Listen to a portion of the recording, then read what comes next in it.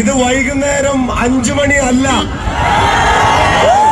ഇത് വൈകുന്നേരം 6 7 അല്ല, ഇത് കാലത്ത് 9 10 അല്ല, നട്ടുച്ചയ്ക്ക് 12:30-ക്കും 1-നും 1:30-ക്കും ഇതുപോലെ ആയിരങ്ങൾ തടിച്ചുകൂടണമെങ്കിൽ പൂഞ്ഞാർ ഇത്തവണ ആർക്കാ?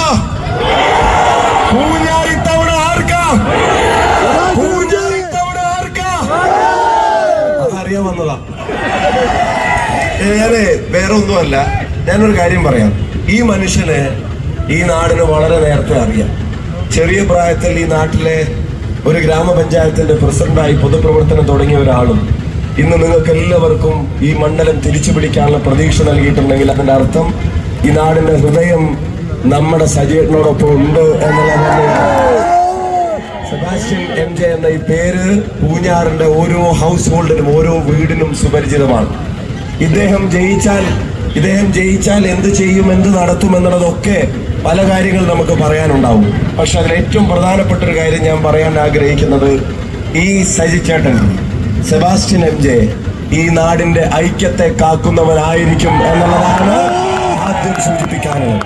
ജാതിയുടെയോ മതത്തിന്റെയോ വിവേചനങ്ങളില്ലാതെ ഈ നാട്ടിലെ ജനതയെ അഭിമാനത്തോടെ പ്രതിനിധീകരിക്കുന്ന ഒരാളായിരിക്കും. പലരും പലതരത്തിലുള്ള ഡീലുകളെ സംബന്ധിച്ചൊക്കെ സംസാരിക്കുന്നുണ്ട്. നമുക്ക് ഒറ്റ ഡീലേ ഉള്ളൂ, നമ്മുടെ ഡീല് ജനങ്ങളുമായിട്ടാണ് എന്നുള്ളത് നിങ്ങൾക്ക് എല്ലാവർക്കും അറിയാം. ജനങ്ങളുമായിട്ടുള്ള ഡീലാണ് വർക്കൗട്ട് ആവുന്നത്.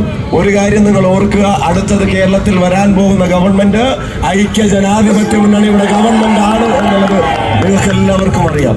അതിനോട് ചേർന്ന് നിൽക്കുന്ന ഒരു MLA ഇവിടെ ഉണ്ടായാൽ ഈ നാടിന്റെ വികസന ചരിത്രത്തിലെ ഏറ്റവും നല്ല 5 വർഷങ്ങളായിരിക്കും അത് രൂപപ്പെടുത്താൻ പോകുന്നത്. അതുകൊണ്ട് ഈ ചാൻസ് മിസ്സാക്കുമോ? KSRTC-യിൽ സൗജന്യമായി വനിതകൾക്ക് യാത്ര നൽകാൻ പോകുന്ന മുന്നണി ഏതാ?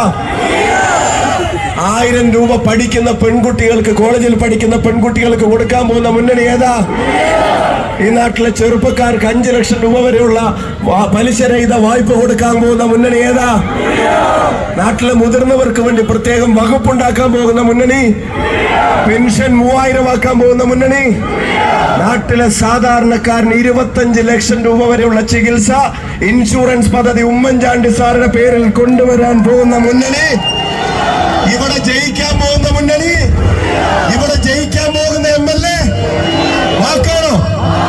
നിങ്ങൾക്ക് എല്ലാവർക്കും ഹൃദയാഭിവാദ്യങ്ങൾ. നന്ദി, നമസ്കാരം, ജയ് ഹിന്ദ്.